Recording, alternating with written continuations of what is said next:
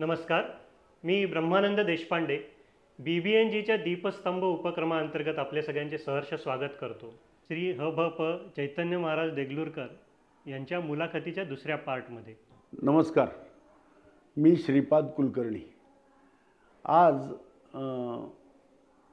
खूप अट्टाहासानं गेली 2 वर्ष प्रयत्न करत असलेल्या अत्यंत चांगल्या दिवसाचा उदय झालेला आहे. आज माझे श्रीगुरू, माझं आश्रयस्थान, माझं आदराचं स्थान, परमादरणीय आणि किंबहुना आमच्या संपूर्ण BBNGच्या कुटुंबाला बोटाला धरून आणि मागे पुढे उभा राहे सांभाळीत असं व्रत घेऊन ज्यांनी ही BBNG उभा केली, त्या चैतन्य महाराजांचीच मुलाखत घेण्याचा योग महत्प्रयासानं प्राप्त झाला आहे. मी चैतन्य महाराजांचा परिचय देणं हे अत्यंत अनावश्यक गोष्ट आहे, पण वेद, शास्त्र, पुराण म्हणजे 18 पुराणं, 4 वेद, 6 शास्त्र, शेकड्याहून अधिक उपनिषदं, संत साहित्याचा गाढा व्यासंग, स्वतःला ज्ञानेश्वर पदाश्रित असं म्हणवून घेणारे, पण आमच्यासाठी ज्यांनी ज्ञानेश्वर महाराज पाहिले नाहीत, ज्यांनी मामासाहेब दांडेकर पाहिले नाहीत, ज्यांना धुंडा महाराजांशी संपर्क जवळून करता आला नाही, त्या 3 महात्म्यांना भेटण्याचा, त्यांच्या कृपादृष्टीला पात्र होण्याचा योग म्हणजे चैतन्य महाराजांची भेट आहे. आणि BBNGच्या सर्वांसाठी ही संधी यूट्यूबच्या माध्यमातून, दीपस्तंभच्या सिरियलच्या माध्यमातून ब्रह्मानंद देशपांडे आपल्यापर्यंत घेऊन येत आहेत. त्यासाठी मी श्रीगुरूंना विनंती करतो की त्यांनी या कार्यक्रमासाठी BBNGला आशीर्वाद स्वरूप काही मौलिक मार्गदर्शन करावं. ते सदैव असतं, कधी व्यक्त असतं, कधी अव्यक्त असतं. किंबहुना आमच्यासाठी तुमचे आशीर्वाद हे ग्रहीतच आहेत. ते मागणं आमचं काम आहे आणि न मागताही देत राहणं हे तुमचं व्रत आहे. तरी मी आपल्याला पुन्हा एकदा विनंती करतो महाराज की आपण आपल्या मुलाखतीमधून BBNGला काही आशीर्वचन द्यावं. धन्यवाद.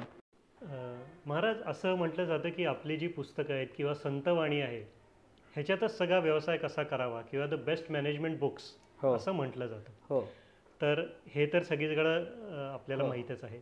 पण ह्याच्यातनं एखादा व्यावसायिक किंवा एखादा व्यक्ती आत्मनिर्भर कसा होऊ शकतो, हे त्याच्यामध्ये कसं मार्गदर्शन आहे?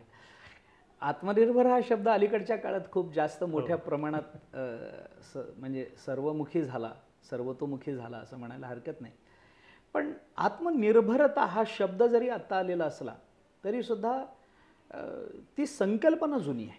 आत्मनिर्भर होणं याचा अर्थ परावलंबित्व न येणं, आणि परावलंबित्व न येणं याच्याकरता सगळ्यात पहिला विचार जो संत वाङ्मयाने आपल्यासमोर ठेवला म्हणजे आत्मनिर्भर बनणं हे कसं सोपं आहे किंवा कसं सहज आहे याचा विचार संत वाङ्मयाने जो आपल्यासमोर ठेवला त्याचं एकच सूत्र आहे की आपल्या गरजा जेवढ्या कमी असतात तेवढे आपण जास्त आत्मनिर्भर असतो. हे सूत्र आहे.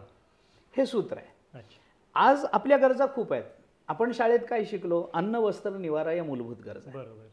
आता अन्न, वस्त्र, निवारा या मूलभूत गरजा आज जर बघायच्या झाल्या तर फोन ही मूलभूत गरज वाटत नाही का आपल्याला? मोबाईल, सेलफोन ही मूलभूत गरज वाटत नाही का? तर वाटते, झालीच आहे. पेट्रोल, डिझेल ही मूलभूत गरज वाटत नाही का? तर नक्की झाली आहे. वीज ही मूलभूत गरज आहे की नाही? तर नक्की झाली आहे. विजेशिवाय, पेट्रोलशिवाय किंवा त्या इंधनाशिवाय किंवा विजेशिवाय किंवा फोनशिवाय आज माणूस नाही राहू शकत.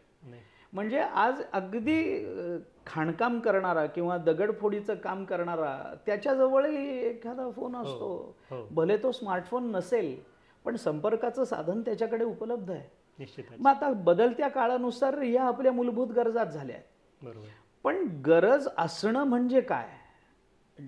ज्याच्या विना खरंच आम्हाला जगता येत नाही ती आमची गरज असली पाहिजे.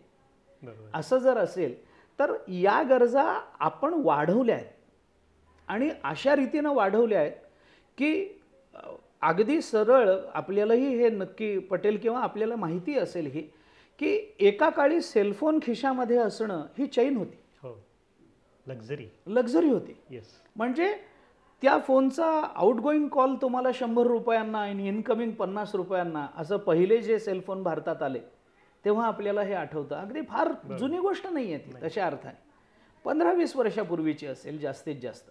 पण हे होतं आणि त्यावेळेला हातात फोन घेऊन मिरवणं म्हणजे जणू काही जग आपल्या मुठीत आलेलं आहे अशा आविर्भावामध्ये माणसं मिरवायची. त्यावेळेला ती लक्झरी होती. पण आपल्या लक्झरीला आपण किती सामान्य करतो आहोत आणि आपली लक्झरी आपल्या गरजेचं स्थान कधी घेते हे आम्हाला कळलंच नाही. हे आम्हाला कळलं नाही. माझ्या 2 पिढ्यांच्या पूर्वी असा काही सेलफोन येईल असं सांगितलं असतं तर विश्वास बसला नसता.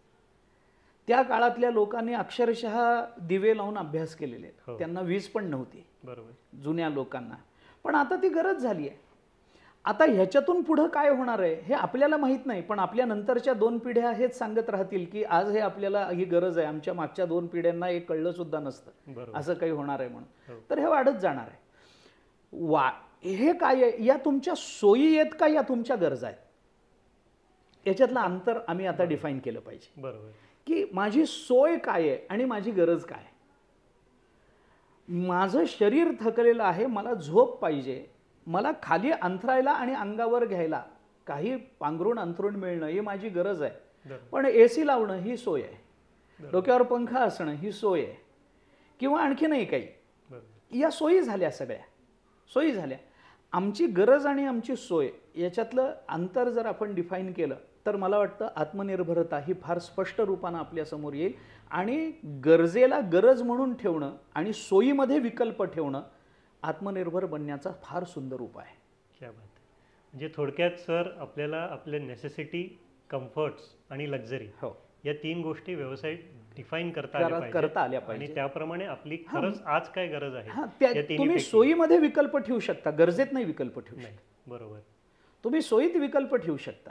मी हा फोन वापरावा का तो फोन वापरावा का तो वापरावा हा विकल्प मी ठेवू शकतो कारण ती सोय आहे. बरोबर. पण मी पाणी प्यावं की पिऊ नये ही नेसेसिटी आपली, हा विकल्प नाही आहे. मी जेवावं की जेवू नये हा विकल्प नाही आहे तुमच्यासमोर. मला घर असावं की असू नये हा विकल्प नाही आहे तुमच्यासमोर. बरोबर. तर सोयीमध्ये तो विकल्प असतो आणि जिथं विकल्प असतो तिथं आत्मनिर्भरता येणं अवघड असतं. जिथं गरजेचा प्रांजळ विचार होतो तिथं मनुष्य लवकर आत्मनिर्भर होतो. म्हणजे थोडक्यात सर इव्हन व्यवसायामध्ये म्हणायचं म्हटलं तर आधी आपल्या ज्या नेसेसिटीज आहेत त्या एका व्यावसायिकानं आपल्या आधी पूर्ण केल्या पाहिजे. 100%. त्या पूर्ण झाल्या त्याची खात्री झाल्यानंतर मग त्यांनी कम्फर्टकडे गेलं पाहिजे.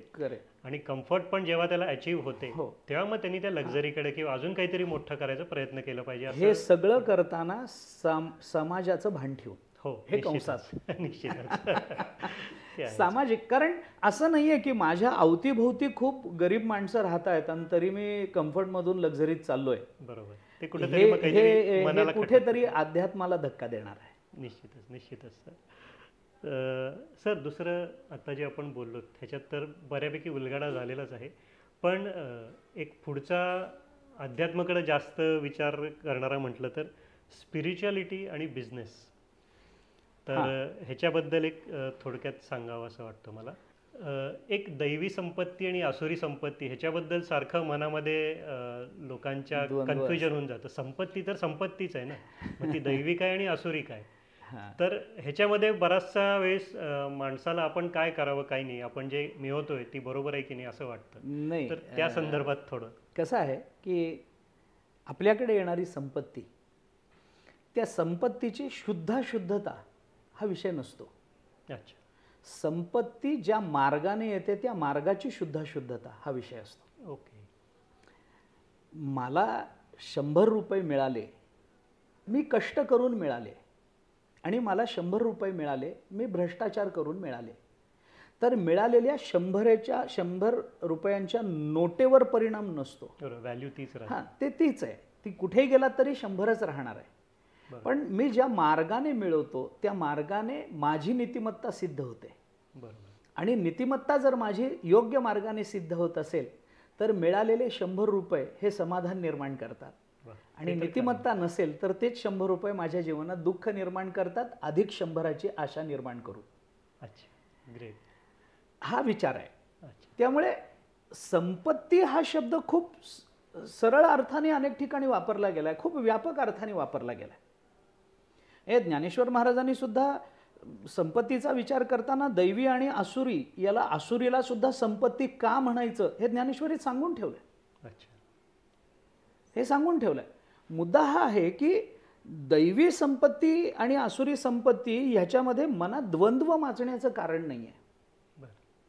कारण दैवी संपत्ती तुमच्या जीवनाला परिपूर्ण करणारीच आहे आणि आसुरी संपत्ती तुमच्या जीवनाचं अधःपतन करणारीच आहे. हे ठरलेलं आहे. हे ठरलेलं आहे. म्हणजे त्याच्यात म्हणजे हे अक्षरशः आपल्याला असं वाटतं की हे यामध्ये काही आमचा हे निर्माण होईल गोंधळ, तर असं नाही आहे. ज्याला आपण वॉटरटाईट कंपार्टमेंट्स म्हणून इतक्या स्पष्टपणाने ते दोन विभागले गेलेले. असं आहे की मी व्यवसाय करणारा माणूस आहे, तर माझी स्पिरिच्युअलिटी 2 अंगानं माझ्या जीवनात येते.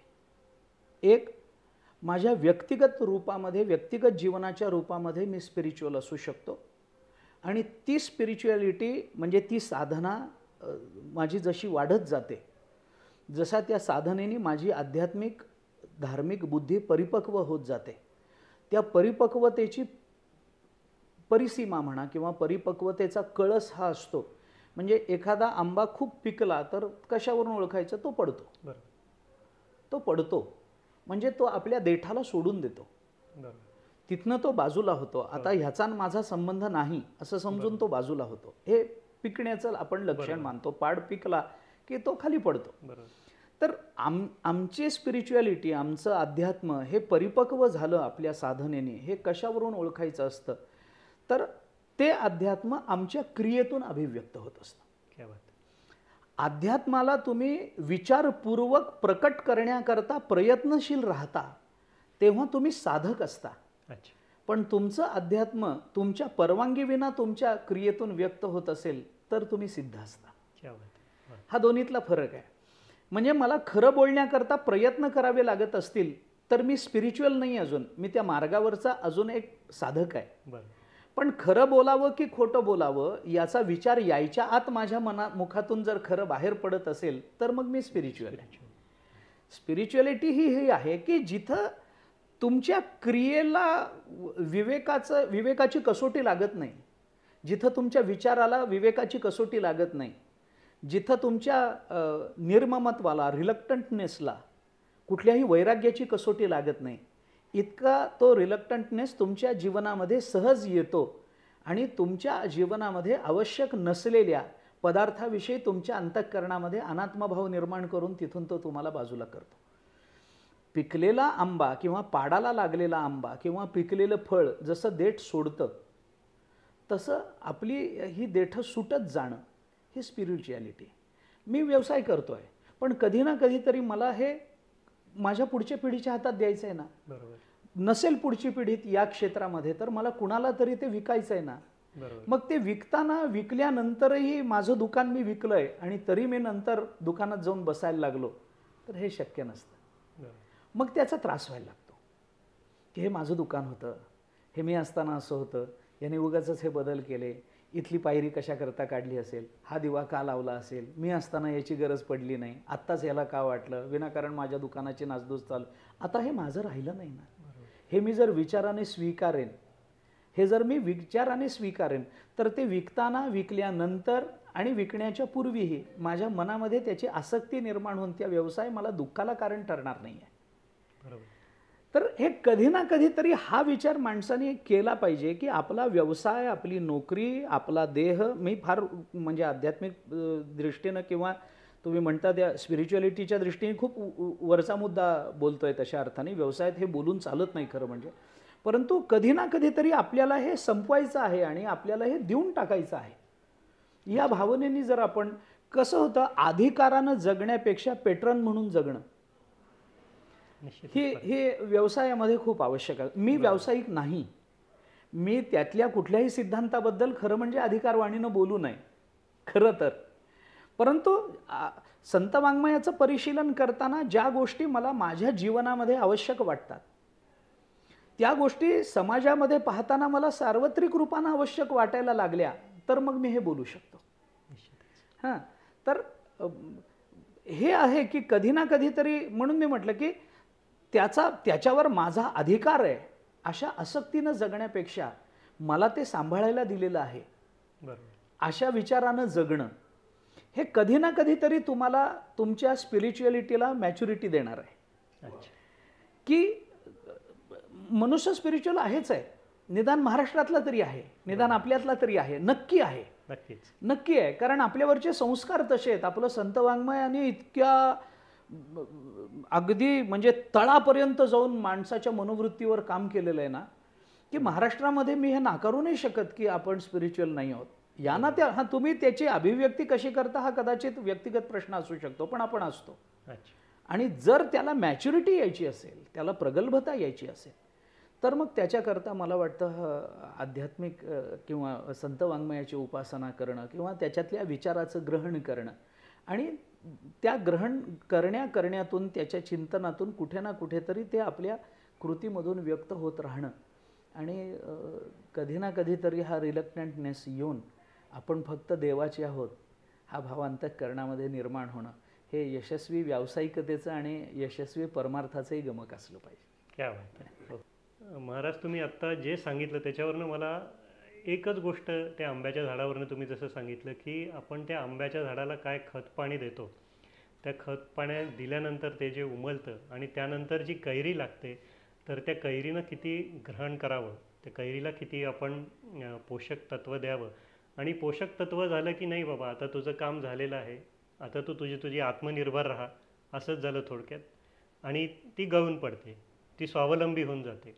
असंच थोडक्यात आपल्या व्यवसायाबद्दल पण म्हणता येईल आपल्याला. हां, म्हणता येईल.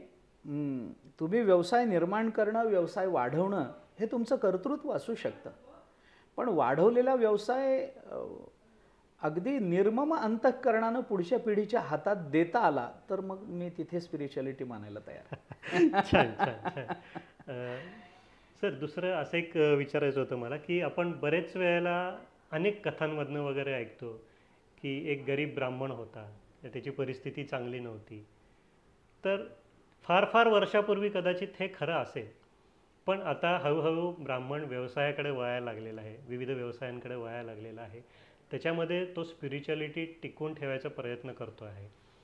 तर एका ब्राह्मणानं आदर्श व्यवसाय कसा करावा किंवा त्यांनी जसं प्रपंच करावा नेटका असं म्हटलेलं आहे, तसंच व्यवसाय नेटका करण्यासाठी अजून काय केलं पाहिजे एका ब्राह्मणानं की ती त्याची एक सिम्बॉल किंवा त्याचं एक आयकॉन होऊन जाईल. ते मगाशी मी बोललोच आहे, पण फक्त आता म्हणजे तुम्ही हा शब्द वापरला म्हणून त्या अनुषंगाने बोलतो की मुळात ब्राह्मणाची निर्मिती ही जी या जगतामध्ये झाली ना, ती दोन कारणाकरता झाली. एक तपाकरता झाली आणि दुसऱ्याच्या हिताकरता शरीर झिजवण्याकरता झाली. ब्राह्मणाची निर्मिती एवढ्याच करता आहे तशा अर्थाने. हां, म्हणजे शास्त्रीय दृष्टीने आपण महाभारतात या अर्थाचा विचारही बोलून दाखवला आहे, पण ते ठीक आहे. आता तप करणं म्हणजे आता आपण याला कोरिलेट करताना आपण असं म्हणू की आता जर खरंच ब्राह्मण व्यवसायामध्ये पडला असेल आणि चांगला व्यवसाय तो करत असेल तर कालाच्या ओघामध्ये त्याला कोणी नाकारणारही नाही आणि नाकारण्याचं काही कारणही नाही. काळ बदलत चालला आहे. अध्ययन अध्यापन क्षेत्रामध्ये ब्राह्मण असले पाहिजेत, जिथे आता कमी दिसतात. बाकीच्या क्षेत्रामध्ये इतर आता व्यवसाय किंवा ह्याच्यामध्ये पूर्वी ब्राह्मण नव्हते, आता दिसायला लागले. हे ठीक आहे, हा बदल काळाच्या ओघामध्ये होईल, कलियुग म्हणून आलं आहे त्याचा विचार असेल, काय जे असेल ते असेल, त्याच्या कारणाच्या वैविध्यामध्ये आत्ता जाण्याचं कारण नाही. परंतु याच्याशी आपल्याला जर ते ब्राह्मणाचं व्यवसाय जोडायचाच असेल, ब्राह्मण म्हणून जोडायचा असेल, तर हा विचार अगदी सरळ आहे की तप आणि परोपकार याच्याकरता जर ब्राह्मणाचं जीवन असेल तर तो तप करतो, याला इकडं जोडताना तो व्यवसाय उभा करतो. परंतु तप करणं म्हणजे काय आहे, तप कशाकरता करायचं असतं, हा हेतू मात्र आपल्याला सोडता येणार नाही. ब्राह्मणाच्या यशस्वी उद्योगजतेकरता, हां, व्यवसायाकरता. तप काय आहे तर ज्ञानेश्वर महाराजांनी तपाचा विचार सांगताना असं म्हटलंय की स्वरूपाची या प्रसरा लागी प्राणेंद्रिय शरीरा आटणी करणे जे वीरा तेची तप. बरं. परमात्म प्राप्ती करता प्राण इंद्रिय आणि शरीर यांना झिजवणं याला तप करणं असं म्हणतात. आता हा तप करतो ब्राह्मण, तपा करताय आणि ब्राह्मण व्यवसाय करतो, तर त्याचं तप काय आहे तर तो व्यवसाय वृद्धिंगत करतो, वाढवतो, मोठा करतो. तोच तप आहे त्याच्यासाठी. तेच त्याचं तप आहे. अच्छा. पण ते तप करत असताना स्वरूपाची या प्रसरा हा जो विषय बोलून दाखवला गेला तो बाकी तपा करता योग्य आहे, त्याच्याबद्दल नाही. परंतु या परिप्रेक्ष्यातून जेव्हा आपण हे पाहतो, व्यवसायाच्या परिप्रेक्ष्यातून जेव्हा आपण हे पाहतो, तेव्हा ते स्वरूपाची या प्रसरा कदाचित होणार नाही. कदाचित होईलही कदाचित जर त्या अर्थाने केलं तर, पण होणार नाही या परिप्रेक्ष्यातून. ठीक आहे. परंतु त्याचं शरीर झिजलं, त्याचं इंद्रिय झिजली, प्राण झिजला, हे सगळं करून ते तू उभं करतोय. त्याच्याकरता त्याला कष्ट करावे लागले, त्याच्याकरता त्याला अभ्यास करावा लागला.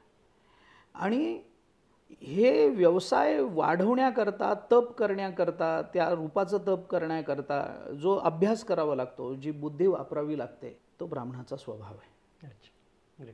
तो त्याचा स्वभाव आहे. ब्राह्मण कुठलंही काम करेल तर ते अभ्यासानं करेल. निश्चितच तो अभ्यासानं करेल, कारण त्याच्या जीन्समध्ये अभ्यास आहे. म्हणजे त्याच्या निर्मितीत हा इतिहास आहे. हे मी सांगतोय असं नाही आहे, हा इतिहास आहे. हा इतिहास आहे. तो अभ्यासानं करेल. आणि अभ्यासानं कुठलीही गोष्ट केली तर तिला कदाचित तत्कालीन यश मिळणार नाही, पण त्याच्या अभ्यासाचा परिणाम म्हणून यशाचा मार्ग मात्र मोकळा होईल. हे नक्की होऊ शकतं. त्यामुळं सगळ्यात पहिल्यांदा आपल्याला हे मान्य केलं पाहिजे की ब्राह्मण व्यवसाय करत असेल तरी तो अभ्यासानं करणार, तो तपच करणार. निश्चितच. आणि तो जर ते तप करून तो व्यवसाय उभा करत असेल तर ब्राह्मणाचा दुसरा जो हेतू आहे निर्मितीचा, तो म्हणजे परोपकार. तर त्या व्यवसायातून प्राप्त झालेल्या गोष्टीत जेवढा परोपकार ब्राह्मण करेल, कदाचित तशी बुद्धी इतरांना होण्याकरता फार वेळ द्यावा लागेल. वेळ द्यावा लागेल. देणार नाहीत किंवा ते परोपकार करणार नाहीत असं मला म्हणायचंच नाही, पण ती जी एक स्वाभाविक वृत्ती प्रकट होते ना, ती ब्राह्मणांकडून लवकर होते. आणि त्याला तप समजणं आणि ते तप परोपकाराकरता करणं, हे जर जमलं, ब्राह्मण यशस्वी उद्योजक आहे. नक्कीच नक्कीच. क्या बात आहे. वा सर. अजून बरंच काही विचारायचं आहे, पण आपल्याला वेळेचं थोडं मर्यादा आहेत. एक फक्त जाता जाता शेवटचं विचारतो. ब्राह्मण बिझनेस नेटवर्क BBNG ग्लोबल जे आपण म्हणतो, तर ह्याच्याबद्दल तुम्ही अनेक वर्षापासून परिचित आहात. ह्याच्यामध्ये आपण सहभागी पण झालेला आहात. परिवर्तनमध्ये आपण मुख्य अतिथी पण होता. तर या श्रीपाद कुलकर्णी सरांनी उभ्या केलेल्या संस्थेबद्दल आपल्याला थोडक्यात कसं वाटतं? ही संस्था जरी असली तरी मला असं वाटतं की काळाच्या ओघात सुरू झालेली ही चळवळ आहे. अच्छा. याला एक व्यापक रूप यायला लागलेलं आहे.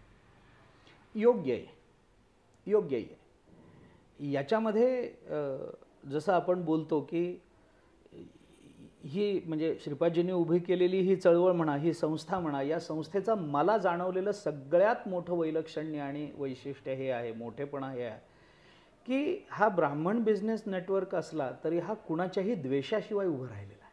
निश्चितच. हा कुणाचा द्वेष करून उभी राहिलेली ही संस्था नाही आहे की एका वर्गाला विशिष्ट वेगळं काढायचं आणि त्यांच्यामध्येच व्यवसाय फिरवत राहायचा आणि आपण श्रीमंत, असा हा विषय नाही आहे.